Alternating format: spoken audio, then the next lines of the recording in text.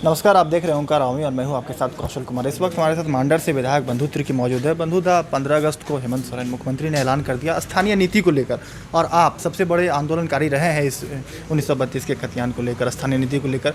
क्या मानते हैं कितना बड़ा यह आप जो ये आज प्रेस कॉन्फ्रेंस कर ये जानकारी दी है कि इसमें हक की लड़ाई के लिए आगे आना चाहिए? आपको गोली मारने का भी आदेश दे दिया गया था, आपने ऐसा बताया। क्या कुछ चाहते हैं कि इसमें हो?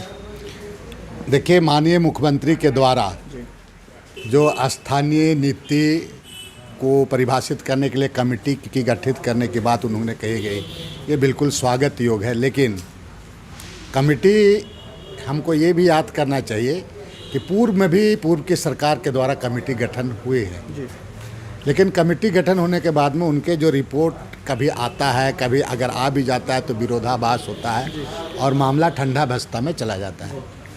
इसलिए माननीय मुख्यमंत्री जी काफ़ी अच्छा काम कर रहे हैं। सांच को आँच किया, सदन में इस पर बहस होना चाहिए और सदन में पूरी बहस करने के बाद पक्ष विपक्ष की बातें आएंगी, पूरे उनकी बातों को करके उसके बाद कमेटी गठन होनी चाहिए।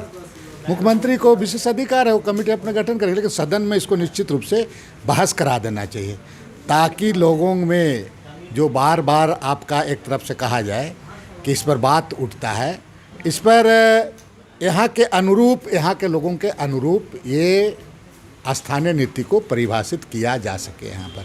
इसलिए हाउस में बहस होनी चाहिए। इसमें कौन पक्ष का क्या मामला है, विपक्ष का क्या है, इसको हम लोग को बात तो आएगी सामने। और नहीं तो फिर आप कमेटी गठन कर दीजिएगा, फिर रिपोर्ट आ जाएगी, फिर विरोध कहीं होगा ही होगा।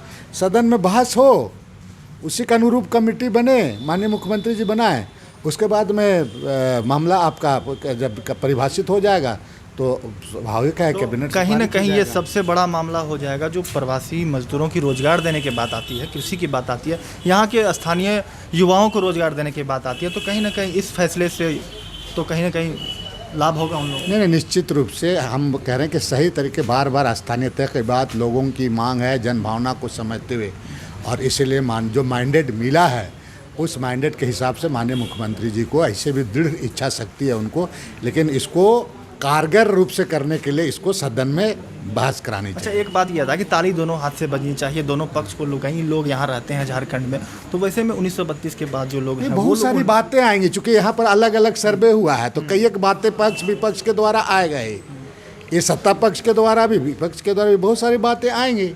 तो इन तमाम चीज़ों को जो इस राज्य के अनुरूप में, इस राज्य के लोगों के लिए जो भला होगा, उसको आपको, हम लोगों को उन बातों को अंगीकार करने की आवश्यकता है। तो आपकी ओर से ये भी हम लोग उम्मीद करें कि सभी लोगों को खुश रखा जाएगा और वैसा कुछ सामने खुश रखने के बाद यहाँ के लोगों के लिए एक बात, बीच का रास्ता निकलना चाहिए, बहस होनी चाहिए, बहस आने चाहिए। इसीलिए हमने कहा कि कमेटी का गठन करना केवल हमको लगता है आईवास की तरह होगा, वो कारगर नहीं हो पाता। इसलिए सदन में मामला को सदन में लाना चाहिए, विशेष बहस करना चाहिए उसमें।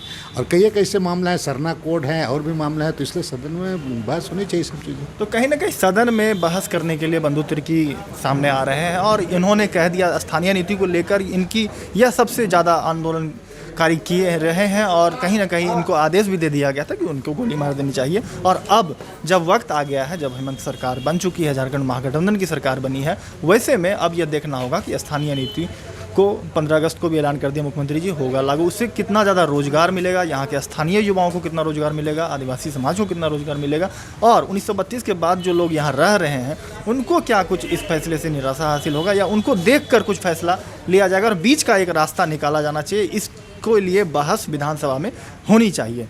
ओंकार रावी के लिए रांची से कौशल कुमार।